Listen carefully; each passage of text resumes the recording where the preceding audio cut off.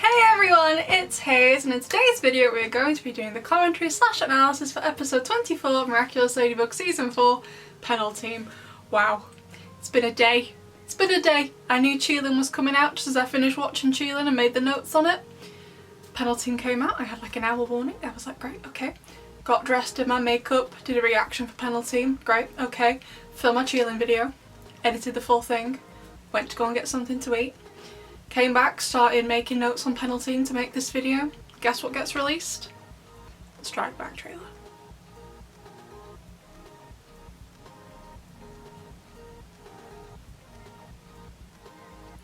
It's not been my week. I don't think it's been your week either, besties. Oh my god. And I still got to make the screaming session, and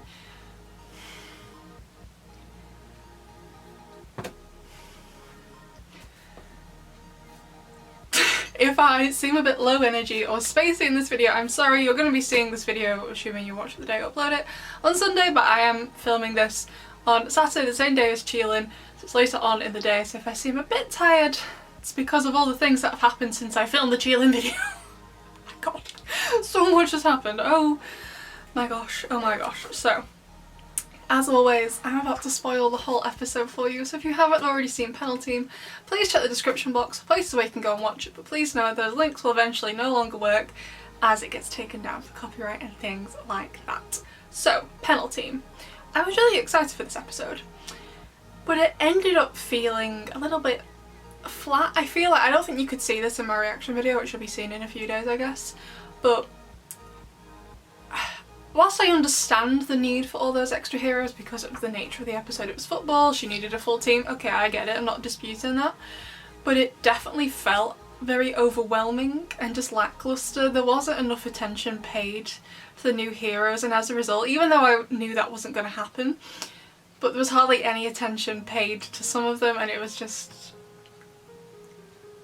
I don't know, it felt very unsatisfying. I don't think that's the whole reason why. I'm struggling to work out why exactly I felt like that, but it was okay. I was really excited for it. It looked like it was going to be great. I've wanted to see for ages, you know, a proper like team episode where they all work together.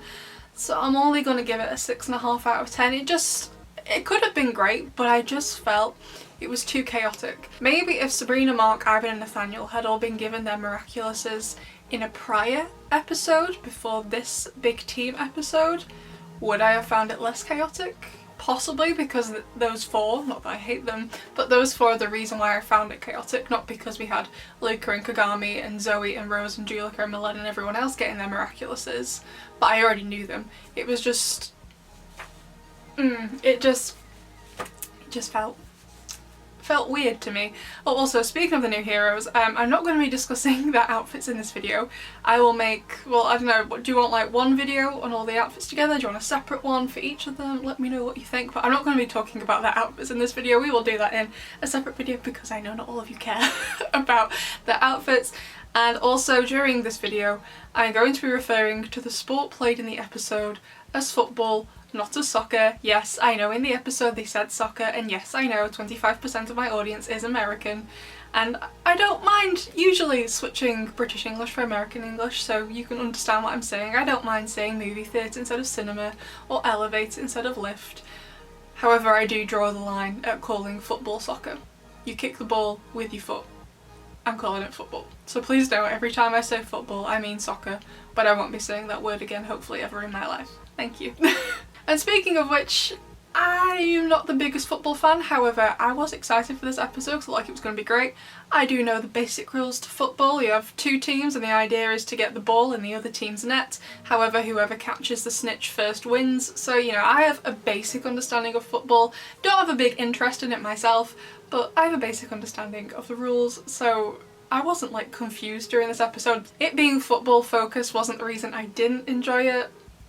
It was just chaos. They could have done it really well, although I'm not sure what exactly. I usually like to be constructive, like in my Cheelin video I gave different ways they could have done things, and same with Encyclomedian in that commentary, but I'm not sure in which way they could have done this differently other than have made it 2 parts, but I don't think there's enough plot. And also some of the motivations, like Chloe's motivation in this, bit weird, bit weird. So it had a good setup, although I would have liked to have known why, is it Mr. Didier? I already forgot to say his name. The celebrity guest in the green shirt.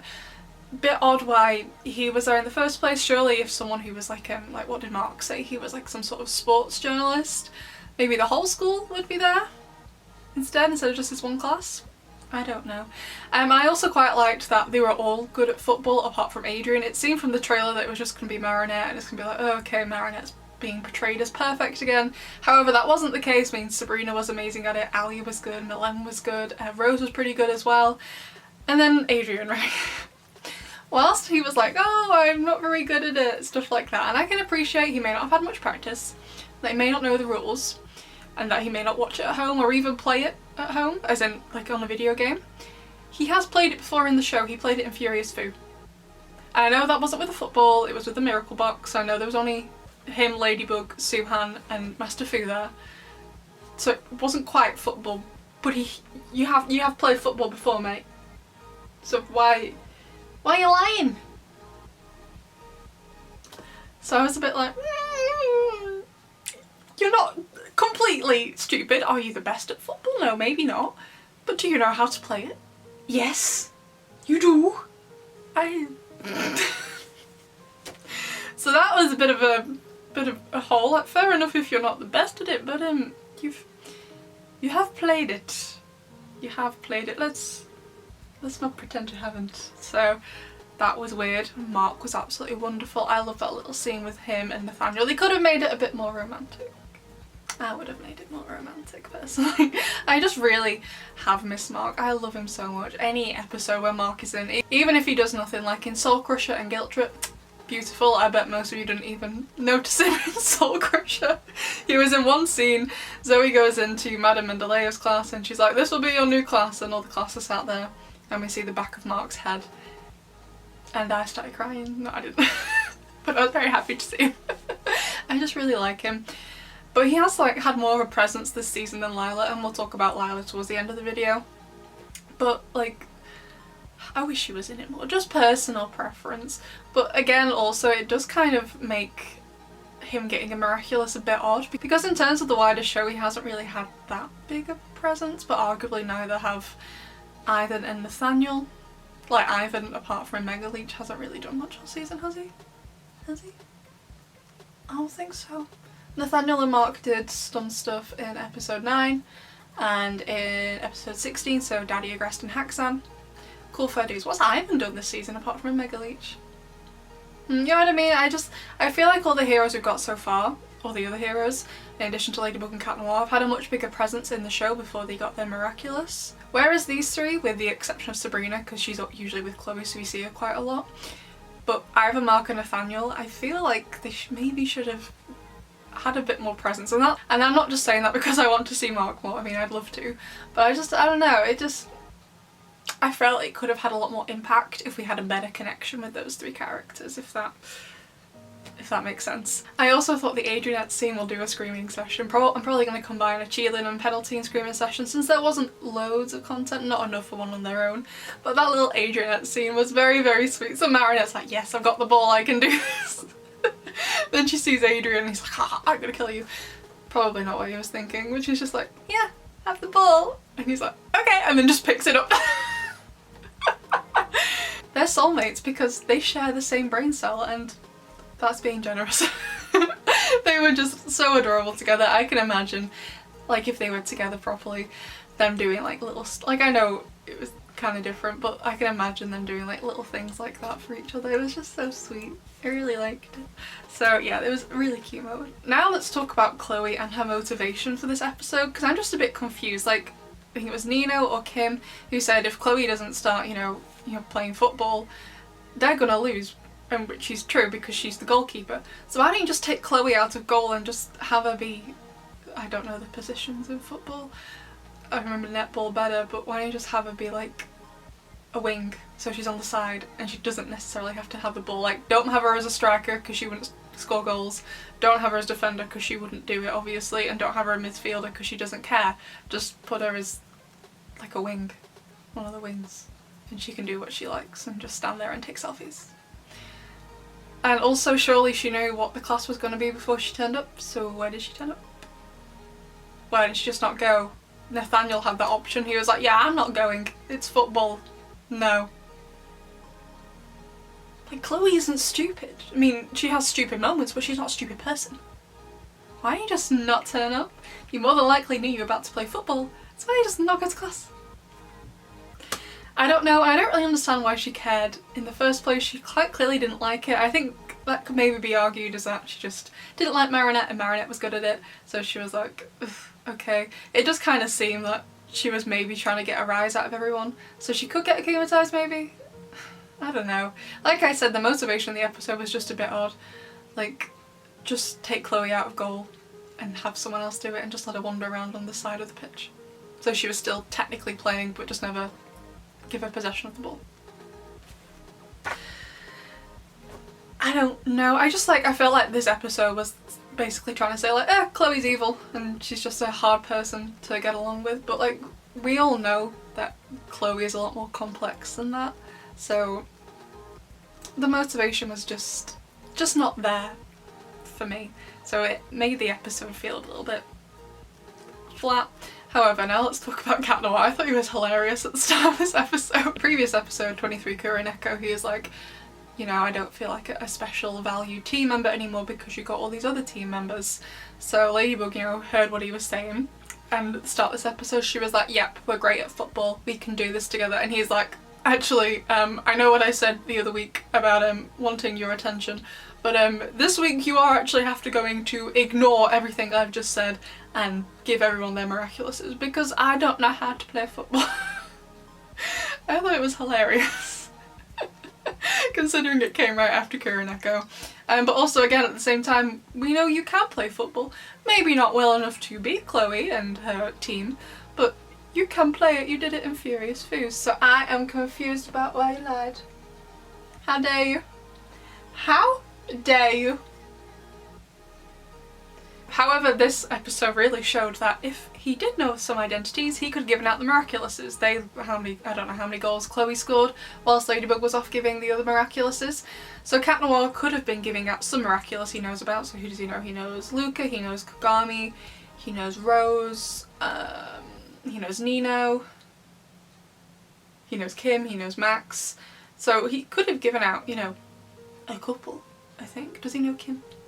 He knows a few. So whilst he could have been giving out those, Ladybug could have been in goal since she's actually good at football. Then they could have swapped one of the other heroes, for example Nino, who just seemed quite good at football, could have then manned the goal, whilst Ladybug went to give out, you know, Julica's and Zoe's because Cat Noir doesn't know those ones.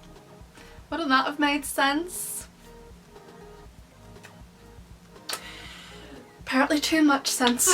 And also, where do Luca, Zoe and Kagami come from? Like, okay, they're just they're just there.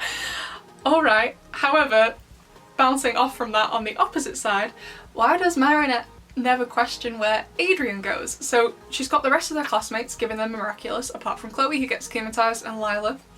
Whatever happens to Lila, I don't know. Does she get put in a bubble? I don't remember seeing her. I'm assuming she just sits there and watches. Because she's hurt her ankle or her wrist or... well, I guess she didn't hurt it or whatever, it was a lie, but you know what I mean. So I was like, okay, but you've questioned before, Marinette, when there's been an Akuma attack, for example, in Horrificator, where's Adrien? Is Adrien okay? We also have to save Adrien. You didn't even bother questioning it. So, okay, you've given the rest of the class a Miraculous, and some other people who aren't in the class a Miraculous, but where's the other one person you haven't given anything to, who you're apparently in love with? This show sometimes. And speaking of the heroes, so whilst I wish Ivan, Nathaniel and Mark had a bit more presence this season before they got given their Miraculous, which would have helped if they had a episode focused on them, which I'm assuming they're going to get like a re-debut next season, but we'll get to see their transformation sequence and their power properly, because honestly I'm a bit confused about the powers right now. We'll get on that in a minute. However, Sabrina, it's not that I dislike Sabrina, I do like her. However, I'm just a bit confused why she did get one. Marinette generally only gives Miraculouses to people who she views as good, apart from Chloe, but Chloe was a different story. She found the Miraculous when Ladybug dropped it. However, Sabrina arguably is aligned on the evil side with the other characters who are on like the bad side. And although she definitely has nice moments, like she was lovely to Marinette back in Evil Illustrator in season 1, and she was quite nice in this episode. And I understand, like I quite liked that she refused it at first because of how it would hurt Chloe's feelings, but then Ladybug was like, this is to save Chloe, and so she took it at that point. So I did really like that, and Sabrina was quite nice in this episode, both to Chloe and the rest of her classmates. However, I don't really understood what stops Sabrina from going to give Chloe the dog Miraculous, because she knows how much Chloe wants the Miraculous. So I didn't really understand why she didn't do that.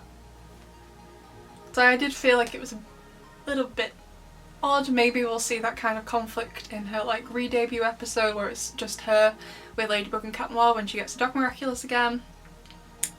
But I did find that a bit odd. Like what's stopping Sabrina from doing that?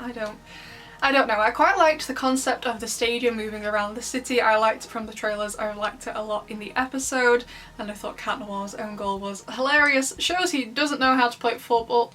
It definitely shows he doesn't really know how to play football. However, we all know he does know how to play football, so that was just confusing. Why not? Then there was the issue around Ladybug, and she said she was being a bad captain. And whilst I agree she was at first being a bad captain because she was just trying to win herself, and like there was that moment where Ivan was like, hey, pass the ball to me, and she was like, no, I got this, get lost. I shouldn't say that. She was like, no, I've got this, and they ended up losing that goal. Whilst that definitely shows her being a bad captain, I just don't feel like it was highlighted enough in this episode. Like, obviously was the reason why they were losing, but it didn't really seem like that. Like, I didn't get that impression. Like, I think it's in my reaction, I say when Ladybug says, I've been a bad captain, I'm like, have you? Like, were you the best captain? No. Were you bad? No, not really. It doesn't really come across. I feel like this episode definitely suffers from the time restraints. They've tried their best in the time they had, and it's not the worst episode. Like Ephemeral and Daddy Agrest I feel were far more rushed than this episode feels, but the pacing is definitely off. I felt very overwhelmed during this episode. I'm not sure if you can see it on my face in the reaction, but I was definitely feeling like too much is going on. Too much. And now let's quickly talk about the powers. So Sabrina's power seems quite clear to me. I'm excited to see it further in action and what else it can do. Ivan's power, other powers can't affect him, I think. That seems very interesting. I like the idea of it. Mark's though, to choose his own ability. Seems a bit odd. Once we work out what these powers are, it might be cool to do I did a video ages ago ranking the Kwame powers. It'd be really cool to do it again. However, Nathaniel's, I'm not very happy with it. We already have like 2 creation-based powers. Obviously we have Ladybug where it's a random creation, and then we have the Peacock Miraculous. I know it's meant to be like the Miraculous of emotion, but you can create whatever you want out of emotion. And we know you can create full human beings, you can create small objects, you can create little butterflies, or you can create a massive metal person.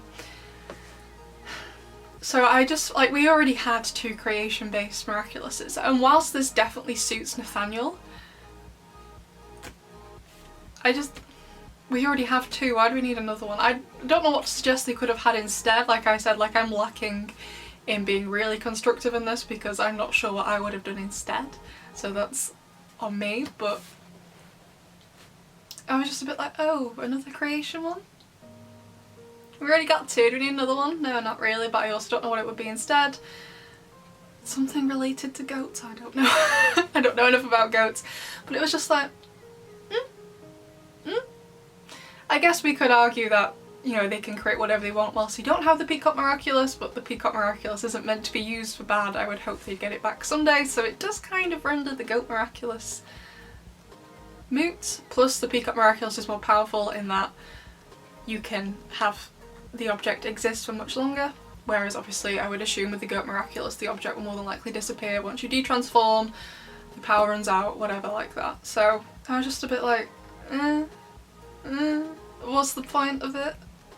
You know what I mean? I was just like, eh. However, I do like the way the Akuma battle was solved, where they just basically played Chloe at her own game and just made it really unfair and made her want to quit, and then Chloe, absolute girl boss, broke out of the Akuma herself and then also destroyed her sunglasses. Well done, Chloe, we love to see it. I know she wasn't doing it because she was like, maybe I shouldn't be Akumatized, I'm just full of anger and hatred. She was doing it because everyone else had made it really unfair for her. But I was like, yes, Chloe, you saved the day. Kind of, sort of, I don't know. So, the final part of the episode, Chloe is talking to Lila. So we already saw they had some sort of alliance in Risk. Honestly, when I first saw Risk, I just thought they were both being mean. I didn't think they had an alliance, but obviously it's obvious now that's what it meant. However, I would assume Chloe is doing this for some sort of reward. I feel, well, I don't know. Chloe does hate Marinette and she also doesn't want Marinette to be with Adrien. So maybe Chloe is just doing this out of pure spite and not for anything in return from Lila. I could definitely see that as being something Chloe would do at this stage of her character arc, which doesn't seem to be going anywhere near redemption anytime soon. We love that for her. But why would she help Lila? I don't know. I've always had like this idea that I do kind of feel that Lila, I don't think she's 100% sure, but I think she's suspicious that Gabriel and Shadowmoth are the same person. Don't think she knows for certain, like Felix is the only one who knows for certain, and Natalie obviously. But I've always felt Lila is definitely suspicious, especially after the events of Ladybug. Like, why hasn't she questioned why this grown-ass man wants to Akumatize this teenage girl who's friends with his son? Like, she's probably questioned, like, why on earth does he care? You know what I mean? So I think she has some idea, and I definitely think if Lila doesn't become Shadowmoth and if Shadowmoth isn't defeated at the end of this season, Lila will start working with him, and in turn they will kind of bring Chloe onto this team. However, as we saw in Psycho Maiden and in Soul Crusher when we were in Chloe's hotel, they were in Chloe's room and we saw the Ladybug pillow. So even though Chloe now hates Ladybug, as we saw in Queen Banana, which was episode 8, Chloe, if she hated her that much, would have thrown that pillow out. She still seems to have some sort of respect. Is respect the right word here? I'm not sure respect is, but she obviously doesn't hate Ladybug completely. If she hated her, that pillow would have been gone end of season 3. She obviously doesn't. So what I think could happen, I don't think this season finale, I'm just talking further in the future of the show, is that they bring Chloe on board, and by they I mean whoever is Shadowmoth at that point, because right now I don't know. They bring Chloe on board, and at first she's like, yes, evilness, but whatever changes her mind, possibly her slight respect left for Ladybug, and at the last moment she betrays them and double crosses them, therefore jump-starting the Chloe redemption arc again. I don't know, but like I said, it's more of a theory for later in the show. I doubt that'll happen this season finale after that trailer we just got, or yesterday we just got from when you're watching this. I don't think there's going to be time for Chloe's screen time in Strike Back really, so I feel like this Lila and Chloe partnership is going to pay off later on in the show rather in this finale. I don't think this is going to get talked about much more, just because there's so much to cover left in the finale. And I know there's going to be some things left unresolved because it's a cliffhanger, that's the nature of a cliffhanger, that's how they work. But yeah, I don't think it'll be addressed in this season, which I'm fine with. It's not that pressing right now, in my opinion. There's more things I want to know the answer to, rather than Lila and Chloe. They're not friends, but this partnership, I guess. So yeah, overall 6.5 out of 10. MVP, of course, was Mark, my son, and I'm not just saying that because he's my son, but he was absolutely wonderful. He's so good at football, oh my god. He was so amazing. And then he really helped Nathaniel, and then he was amazing with his Miraculous, and he was like, I'm not good enough, and then he just really came through, and he was wonderful. I loved him so much in this episode. And best line of the episode was from the celebrity guest star, "It's not a sport anymore, it's animal abuse." Thank you. So yeah, I don't have much else to say than that. Honestly, right now I'm just paranoid about everything, but I would still love to know what you liked about Penalteam Besties. What did you think of the pace of it? What did you think of the new hero debuts? And also, what did you think of their outfits?